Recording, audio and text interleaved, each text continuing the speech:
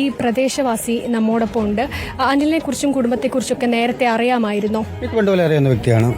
അനിലിനെ കുടുംബത്തിനെ അറിയാവുന്നതാണ്. കലയെക്കുറിച്ചൊക്കെ അറിയാമായിരുന്നു. ഇങ്ങനെ കലയുടെ വീടും എനിക്ക് കല ഇവിടെ താമസിച്ചിരുന്ന എനിക്കറിയാവുന്നതാണ്.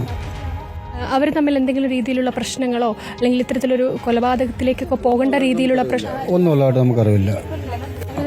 പ്രശ്നങ്ങളോ മറ്റ് സൗഹൃദമായിട്ട് പോയിക്കൊണ്ടിരിക്കുന്നതാണെന്ന് ഞാൻ കണ്ടിട്ടുള്ളതും അവർ ഒന്നിച്ച് പോകുന്നത് ഞാൻ കണ്ടിട്ടുണ്ട്. അവരെല്ലാം വളരെ സൗഹൃദമായിട്ടാണ് പോയിക്കൊണ്ടിരിക്കുന്നത്. ഒരു ദിവസം കലയെ കാണാനില്ല, മറ്റൊരാളുടെ ഒപ്പം പോയി എന്ന രീതിയിലൊക്കെ വാർത്ത പ്രചരിക്കുന്നുണ്ട്. അങ്ങനൊരു വാർത്ത കേട്ട് ഞാനും കേട്ടു. പിന്നെ എന്താ സംഭവിച്ചത് നമുക്കും അറിയത്തില്ല. എനിക്കൊരു വാർത്ത കേട്ടിരുന്നു, വേറെ ആരുടെ കൂടെ ഒളിച്ചോടി പോയിരുന്നു എന്ന് കേട്ടിരുന്നു.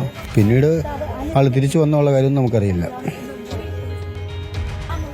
അതായത് അന്ന് അത്തരത്തിൽ കല ഇവിടെ അനിലിനെ ഉപേക്ഷിച്ച് ഇവിടെ നിന്ന് മറ്റൊരാളോടൊപ്പം പോയി എന്നുള്ള വാർത്ത ആ സമയത്ത് പ്രചരിച്ചിരുന്നു.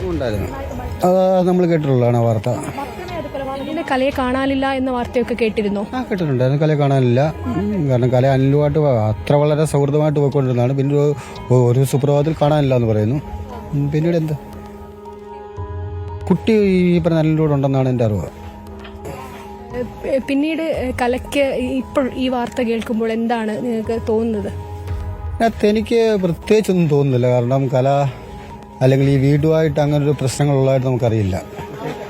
അപ്പം നമുക്കതിനകത്ത് പ്രത്യേകിച്ചൊരു അഭിപ്രായം പറയാൻ എനിക്ക് പറ്റില്ല.